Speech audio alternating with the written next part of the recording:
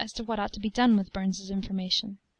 Cheyenne clubs are not exclusive, but a Chinaman who had been engaged in Fremark's peculiarly unsavory traffic would be disbarred in almost any region outside of Whitechapel. One thing was for sure: Miss Masterson must be informed of the matter at once. "On second thoughts," said Larry, "I guess I'd better tell her myself. It will have to be done easy like, not to hurt her self-respect too much. Like as not I'll go off my head the first time I see him, and call him rat-eater to his face."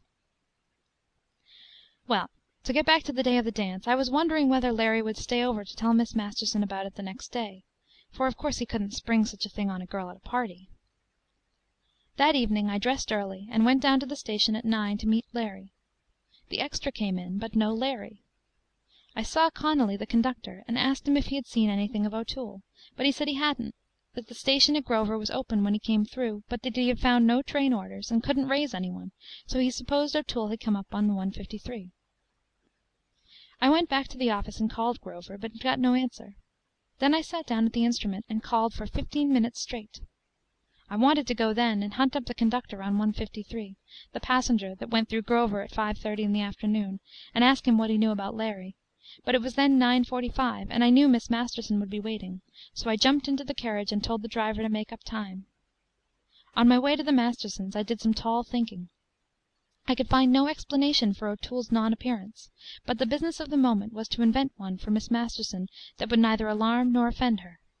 I couldn't exactly tell her he wasn't coming, for he might show up yet, so I decided to say the extra was late, and I didn't know when it would be in. Miss Masterson had been an exceptionally beautiful girl to begin with, and life had done a great deal for her. Fond as I was of Larry, I used to wonder whether a girl who had led such a full and independent existence would ever find the courage to face life with a railroad man who was so near the bottom of a ladder that is so long and steep. She came down the stairs in one of her Paris gowns that are as meat and drink to Cheyenne society reporters, with her arms full of American Beauty roses, and her eyes and cheeks glowing. I noticed the roses then, though I didn't know that they were the boy's last message to the woman he loved. She paused half way down the stairs and looked at me, and then over my head into the drawing-room, and then her eyes questioned me. I bungled at my explanation, and she thanked me for coming, but she couldn't hide her disappointment, and scarcely glanced at herself in the mirror as I put her wrap around her shoulders. It was not a cheerful ride down to the Capitol. Miss Masterson did her duty by me bravely, but I found it difficult to be even decently attentive to what she was saying. Once arrived at Representative Hall, where the dance was held, the strain was relieved, for the fellows all pounced on her for dances, and there were friends of hers there from Helena and Laramie, and my responsibility was practically at an end. Don't expect me to tell you what a Wyoming inaugural ball is like. I'm not good at that sort of thing, and this dance is merely incidental to my story. Dance followed dance, and still no Larry. The dances I had with Miss Masterson were torture. She began to question and cross-question me, and when I got tangled up in my lies she became indignant. Fremark was late in arriving. It must have been after midnight when he appeared, correct and smiling, having driven up from his ranch. He was effusively gay, and insisted upon shaking hands with me, though I never willingly touched those clammy hands of his. He was constantly dangling about Miss Masterson, who made rather a point of being gracious to him. I couldn't much blame her under the circumstances, but it irritated me, and I'm not ashamed to say that I rather spied on them. When they were on the balcony I heard him say, "You see, I've forgiven this morning entirely." She answered him rather coolly, "Ah, but you are constitutionally forgiving. However, I'll be fair and forgive, too. It's more comfortable."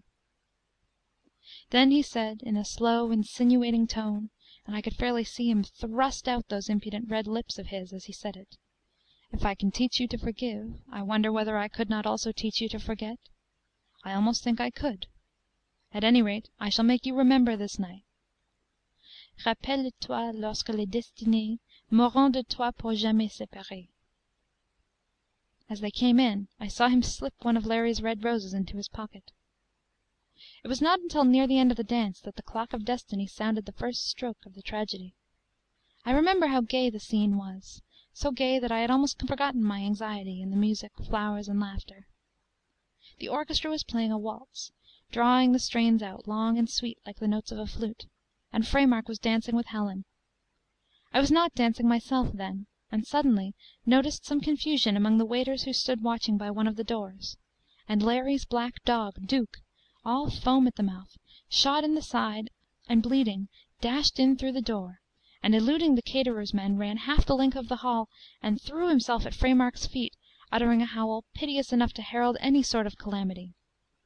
Fremark, who had not seen him before, turned with an exclamation of rage, and a face absolutely livid, and kicked the wounded brute half way across the slippery floor.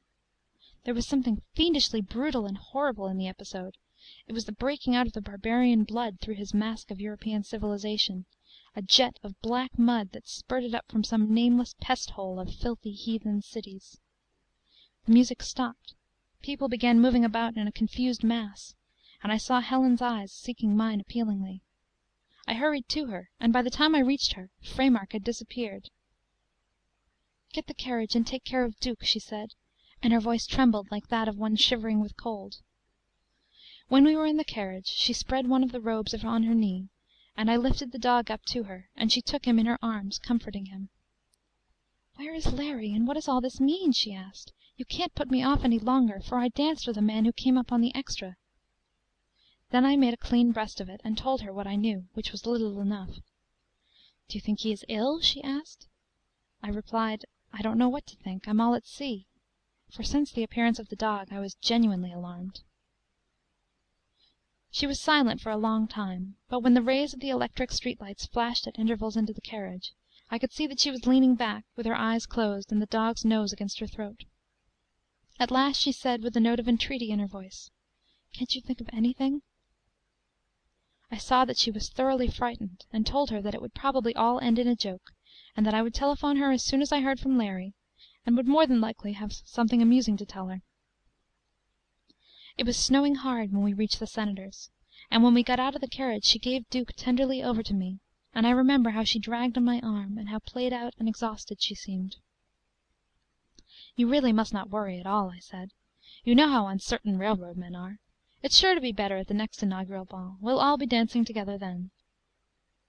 "The next inaugural ball," she said, as we went up the steps, putting out her hand to catch the snowflakes.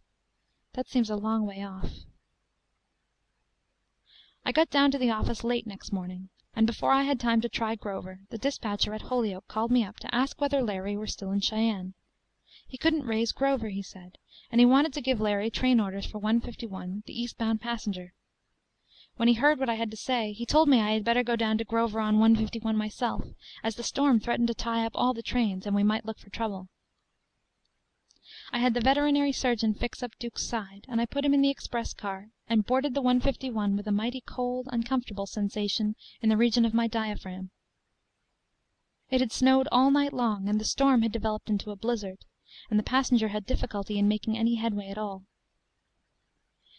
When we got into Grover, I thought it was the most desolate spot I had ever looked on, and as the train pulled out, leaving me there, I felt like sending a message of farewell to the world.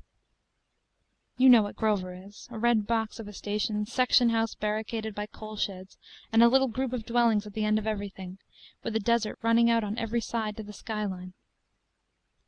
The houses and the station were covered with a coating of snow that clung to them like a wet plaster, and the siding was one deep snowdrift banked against the station door. The plain was a wide, white ocean of swirling, drifting snow, that beat and broke like the thrash of the waves in the merciless wind that swept, with nothing to break it, from the Rockies to the Missouri. When I opened the station door, the snow fell in upon the floor, and Duke sat down by the empty, fireless stove and began to howl and whine in a heart-breaking fashion. Larry's sleeping room upstairs was empty. Downstairs everything was in order, and all the station work had been done up. Apparently the last thing Larry had done was to bill out a car of wool from the Oasis Sheep Ranch for Dewey, Gold and Company, Boston. The car had gone out on 153, the eastbound that left Grover at 7 o'clock the night before, so he must have been there at that time. I copied the bill in the copybook and went over to the section house to make inquiries. The section boss was getting ready to go out to look after his track. He said he had seen O'Toole at 5:30 when the westbound passenger went through, and, not having seen him since, supposed he was still in Cheyenne. I went over to Larry's boarding house, and the woman said he must be in Cheyenne, as he had eaten his supper at 5 o'clock the night before, so that he would have time to get his station work done and dress. The little girl, she said, had gone over at 5 to tell him that supper was ready,